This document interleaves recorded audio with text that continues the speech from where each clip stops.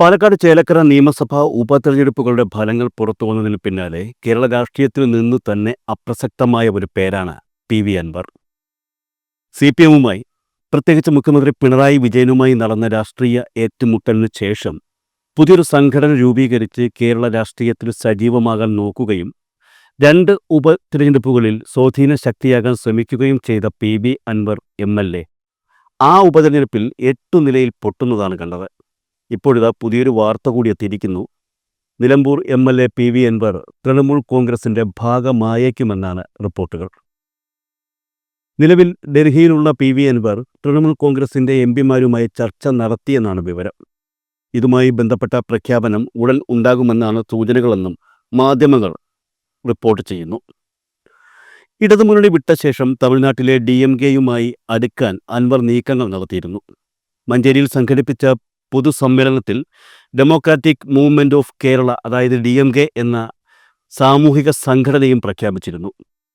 വിശ്വാസത്തിനുള്ള സ്വാതന്ത്ര്യം, സമത്വം എന്നിവ സാക്ഷാത്കരിക്കാനുള്ള സാമൂഹിക മുന്നേറ്റമാണ് സംഘടനയുടെ ലക്ഷ്യമെന്നും അൻവർ പറഞ്ഞിരുന്നു. എന്നാൽ പാർട്ടിയിലോ മുന്നണിയിലോ എടുക്കില്ലെന്ന നിലപാടിലായിരുന്നു DMK നേതൃത്വം.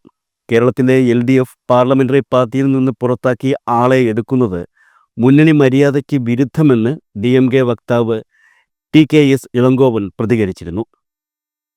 അൻവർ ചെന്നൈയിലെത്തി DMK നേതാക്കളുമായി ചർച്ച നടത്തിയതിൻ്റെ ചിത്രങ്ങൾ നേരത്തെ പുറത്തു വന്നിരുന്നു. BJPയെ ഫലപ്രദമായി പ്രതിരോധിക്കുന്ന മുന്നണിയെന്ന നിലയിലാണ് DMKയെ കണ്ടതെന്നും പാർട്ടി രൂപീകരിച്ച് മുന്നണിയുമായി സഹകരിക്കാൻ ചർച്ച നടത്തിയെന്നും സഹപ്രവർത്തകൻ EA സുഗുവും വ്യക്തമാക്കിയിരുന്നു. DMK തങ്ങളെ കൂടെ കൂട്ടില്ല എന്ന സത്യം അറിഞ്ഞതിനു പിന്നാലെ പുള്ളിക്കാരൻ മായാവതിയുടെ BSPയുമായി കൂട്ടുകൂടാൻ നോക്കി. പക്ഷേ അത് നടന്നില്ല. അൻവർ പറയുന്നത് BSPക്ക് ശക്തി പോരാ, അതുകൊണ്ട് താൻ പോയില്ല എന്നാണ്.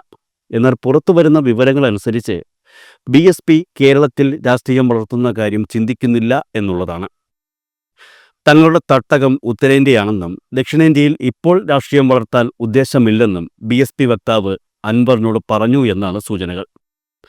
അതിനുശേഷമാണ് അൻവർ തൃണമൂൽ കോൺഗ്രസിലേക്ക് പോകാനുള്ള ശ്രമങ്ങൾ നടത്തിയത്.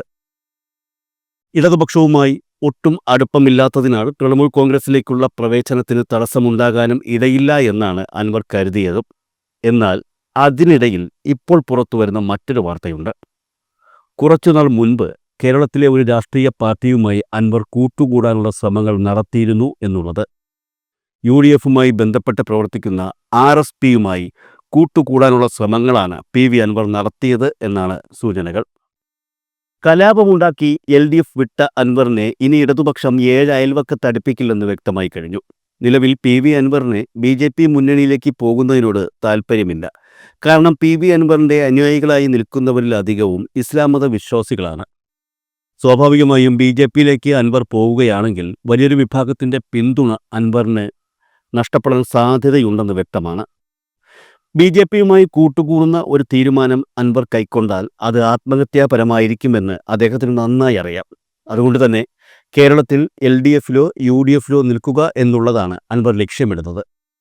കേരളത്തിൽ അത്തരത്തിലൊരു നീക്കുപോക്ക് നടത്തിയാൽ ദേശീയ തലത്തിൽ ഇന്ത്യ മുന്നണിയിൽ തന്നെ തുടരാം എന്നുള്ളതും അൻവറിനറിയാം. LDFിലേക്ക് ഇനിയൊരു മടക്കമില്ല എന്ന് മനസ്സിലാക്കിയ അൻവർ UDFിലേക്ക് ചേക്കേറാനുള്ള ശ്രമങ്ങളുടെ ഭാഗമായാണ് RSPയുമായി കൂട്ടുകൂടാൻ ശ്രമിച്ചത്.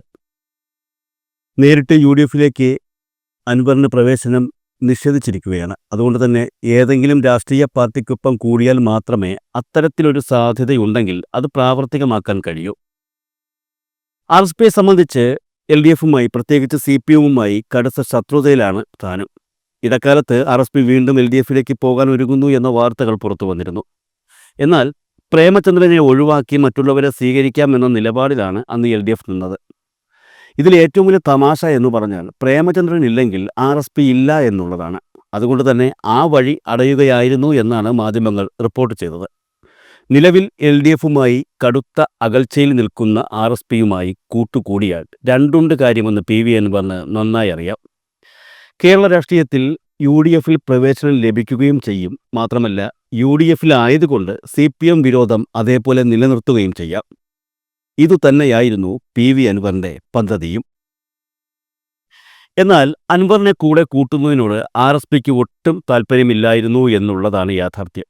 അൻവറിന്റെ ആവശ്യത്തിനോട് പ്രേമചന്ദ്രൻ നിശബ്ദത പാലിച്ചെങ്കിലും ഷിബു ബേബി ജോണും അസീസും ഉൾപ്പെടെയുള്ളവർ അൻവർ പാർട്ടിയിലേക്ക് കടന്നു വരുന്നതിനെ എതിർത്തു എന്നാണ് രഹസ്യ വിവരങ്ങൾ പുറത്തുവരുന്നത്. കാരണം കോൺഗ്രസുമായി അകൽച്ചയിൽ നിൽക്കുന്ന വ്യക്തിയാണ് അൻവർ. അൻവർ UDFിലേക്ക് വരുന്നതിനോട് ചില കോൺഗ്രസ് നേതാക്കൾക്ക് താല്പര്യമുണ്ടെങ്കിലും ഭൂരിപക്ഷം പേർക്കും ഒട്ടും താല്പര്യമില്ല. കാരണം അൻവർ LDFിലായിരുന്നപ്പോൾ അത്രത്തോളം UDFിനെ പ്രകോപിപ്പിച്ചിട്ടുണ്ട്. മാത്രമല്ല, ഇദ്ദേഹം UDFിലേക്ക് വന്നാൽ എത്ര കാലം UDFിൽ തുടരുമെന്ന് പറയാനും കഴിയാത്ത സാഹചര്യമാണ്. കോൺഗ്രസ് പ്രവർത്തകനായിരുന്ന അൻവർ 3-4 നിലപാടുകൾ മാറി മറിഞ്ഞാണ് ഇപ്പോൾ വീണ്ടും അനാഥനായി രാഷ്ട്രീയത്തിൽ നിൽക്കുന്നത്. PV അൻവറിന്റെ നിലപാടുകൾ എപ്പോഴും സ്വാർത്ഥത നിറഞ്ഞതാണെന്ന അഭിപ്രായമാണ് പ്രമുഖ UDF നേതാക്കൾക്കുള്ളത്. മാത്രമല്ല, ഏതെങ്കിലും മുന്നണിയോട് ചേർന്ന് നിന്നാൽ മാത്രമേ അൻവറിന് തന്റെ പൂർണ്ണ ശക്തി കാണിക്കാൻ കഴിയുകയുള്ളൂ എന്നും UDFിനറിയാം. ഒരു മുന്നണിയിലും പെടാതെ നിന്നാൽ ഉറപ്പായും അൻവർ വലിയ പരാജയം നേരിടേണ്ടി വരുമെന്ന് തന്നെയാണ് UDF വിശ്വസിക്കുന്നത്. ചേലക്കരയിൽ തന്റെ സ്ഥാനാർത്ഥിയെ നിർത്തിയ അൻവർ അത് കേരളത്തിന് കാണിച്ചു തന്നതുമാണ്. അതുകൊണ്ട് തന്നെ അൻവറിനെ മുന്നണിയിലെടുക്കേണ്ട എന്ന് തന്നെയാണ് UDF ഇപ്പോൾ തീരുമാനിച്ചിരിക്കുന്നത്. അങ്ങനെ വരുമ്പോൾ UDFിൽ തുടരുന്ന RSPക്ക് പ്രത്യേക തീരുമാനമെടുക്കാൻ ഒരിക്കലും സാധിക്കില്ലല്ലോ. അതുതന്നെയാണ് അൻവറിന് എതിരെ RSPക്കുള്ള എതിർപ്പ്. ഒരു കാരണവശാലും തനിക്ക് RSPയിൽ പ്രവേശനം ലഭിക്കില്ല എന്ന് ഉറപ്പായതോടെയാണ് അൻവർ മറ്റു വഴികൾ തേടാൻ ആരംഭിച്ചത്.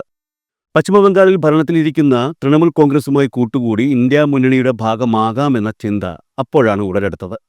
അതിന് പ്രകാരം നടത്തിയ ചർച്ചകളിൽ തൃണമൂൽ കോൺഗ്രസ് നേതൃത്വം അനുകൂല നിലപാടാണ് സ്വീകരിച്ചത്. തൃണമൂൽ കോൺഗ്രസുമായി സഖ്യം കൂടുമെന്ന് ഡൽഹിയിലൊരു സ്വകാര്യ ചാനലിനോടാണ് അൻവർ തുറന്നു പറഞ്ഞത്. DMKയുമായുള്ള സഖ്യസാധ്യത മുഖ്യമന്ത്രി പിണറായി വിജയൻ തകർത്തുവെന്നും അദ്ദേഹം ആരോപിച്ചു. എന്നാൽ RSPയുമായി ചർച്ച നടത്തിയ കാര്യം അൻവർ പുറത്തുവിട്ടിട്ടില്ല. തൃണമൂലുമായുള്ള ചർച്ചകൾ അന്തിമഘട്ടത്തിലാണ്. BSPയുമായി നേരത്തെ ചർച്ചകൾ നടത്തിയിരുന്നു. പക്ഷേ അവർ ദുർബലരാണ്. ഫാസിസ്റ്റ് വിരുദ്ധ നിലപാട് തുടരുന്നതിനാൽ BJPയുമായി സഹകരിക്കില്ല. UDF പ്രവേശനം ഇപ്പോൾ ആലോചനയിലില്ല. മുസ്ലിം ലീഗ് വഴി UDF പ്രവേശനത്തിന് ശ്രമിച്ചിട്ടില്ലെന്നും അൻവർ പറഞ്ഞു. തൃണമൂൽ കോൺഗ്രസുമായിട്ടാണ് ചേർന്ന് പോകുന്നതെങ്കിൽ അതൊരു കമ്മ്യൂണിസ്റ്റ് വിരുദ്ധത കൂടിയാവും. അങ്ങനെയാണ് തീരുമാനം വരുന്നതെങ്കിൽ അതിൻ്റെ ഉത്തരവാദി മുഖ്യമന്ത്രി പിണറായി വിജയനായിരിക്കുമെന്നും അൻവർ വ്യക്തമാക്കി. എന്നാൽ നിലവിലെ കേരളത്തിലെ രാഷ്ട്രീയ സാഹചര്യങ്ങൾ ഒന്നും തൃണമൂൽ നേതാക്കൾക്ക് അറിയില്ല എന്നാണ് പുറത്തു വരുന്ന വിവരം. അതുകൊണ്ട് തന്നെ തൃണമൂൽ കോൺഗ്രസുമായി ചേരാനുള്ള അൻവറിന്റെ നീക്കം എത്രത്തോളം ഫലപ്രാപ്തിയിൽ എത്തുമെന്നറിയില്ല. അത് അൻവറിന്റെ വാക്കുകൾ തന്നെയുണ്ട്. തൃണമൂൽ കോൺഗ്രസുമായി ചേർന്നു പോകുന്നു എന്നല്ല അൻവർ പറയുന്നത്. താൻ ചിലപ്പോൾ ആ പാർട്ടിയുമായി ചേരുമായിരിക്കുമെന്നാണ് അൻവർ വ്യക്തമാക്കുന്നത്. അതായത് അൻവർ തൃണമൂൽ സഖ്യത്തിൽ ഇപ്പോഴും സ്ഥിരീകരണം എത്തിയിട്ടില്ല എന്ന്. അടുത്തിടെയാണ് LDF ബന്ധം ഉപേക്ഷിച്ച് അൻവർ മുഖ്യമന്ത്രിക്കും CPMനുമെതിരെ പരസ്യമായി രംഗത്തെത്തിയത്. തുടർന്ന് ഡെമോക്രാറ്റിക് മൂവ്മെന്റ് ഓഫ് കേരള എന്ന DMK രൂപീകരിച്ചു. UDFിനോട് അടുക്കുമെന്ന് ഇടയ്ക്ക് സൂചന നൽകിയെങ്കിലും കടുത്ത ഉപാധികൾ വച്ചതോടെ അവർ കൈയൊഴിഞ്ഞു. ചേലക്കര ഉപതെരഞ്ഞെടുപ്പിൽ സ്വന്തം സ്ഥാനാർത്ഥിയെ നിർത്തുകയും ചെയ്തു. മണ്ഡലത്തിൽ നിർണായക ശക്തിയാകുമെന്ന് പ്രഖ്യാപിച്ചെങ്കിലും ഫലം വന്നപ്പോൾ 8 നിലയിൽ പൊട്ടി. DMK സ്ഥാനാർത്ഥിയായി മത്സരിച്ച NK സുധീറിന് ലഭിച്ചത് 3920 വോട്ടുകൾ മാത്രമായിരുന്നു. ഉപതെരഞ്ഞെടുപ്പിൽ പരസ്യപ്രചരണം അവസാനിച്ച ശേഷം തെരഞ്ഞെടുപ്പ് കമ്മീഷന്റെ വിലക്കു ലംഘിച്ച് അൻവർ വാർത്താ സമ്മേളനം നടത്തിയത് വിവാദമായിരുന്നു. വാർത്താ സമ്മേളനത്തിനിടെ നോട്ടീസ് നൽകാനെത്തിയ ഉദ്യോഗസ്ഥനെ മാധ്യമപ്രവർത്തകർക്ക് മുന്നിൽ പരസ്യമായി അവഹേളിക്കുന്ന രീതിയിൽ പെരുമാറുകയും ചെയ്തിരുന്നു. വാർത്താ പ്രാധാന്യം നേടാനായിരുന്നു ഇതെന്ന ആരോപണവും ഉയർന്നു. DMKയുടെ ശക്തിപ്രകടനത്തിന് വാടകയ്ക്കെടുത്ത ആൾക്കാരെ അണിനിരത്തിയത് മാധ്യമ ഇടപെടലുകളിലൂടെ പുറത്തു വന്നിരുന്നു. സിനിമയിലെ ജൂനിയർ ആർട്ടിസ്റ്റുകൾ ഉൾപ്പെടെയുള്ളവരെയാണ് പണം കൊടുത്ത് പ്രകടനത്തിന് അണിനിരത്തിയത്. ഇത് അൻവറിനെതിരെ ഏറെ അവമതിപ്പ് ഉണ്ടാക്കിയിരുന്നു. CPM നേതാക്കളും അണികളും കൂട്ടത്തോടെ തനിക്കൊപ്പം വരുമെന്ന് അൻവർ വീരവാദം മുഴക്കിയിരുന്നുവെങ്കിലും ഒന്നും ഉണ്ടായില്ല. എല്ലാ അടവു നയങ്ങളും പരാജയപ്പെട്ടതോടെയാണ് ഇപ്പോൾ അൻവർ തൃണമൂലുമായി അടുക്കാൻ ശ്രമിക്കുന്നത്.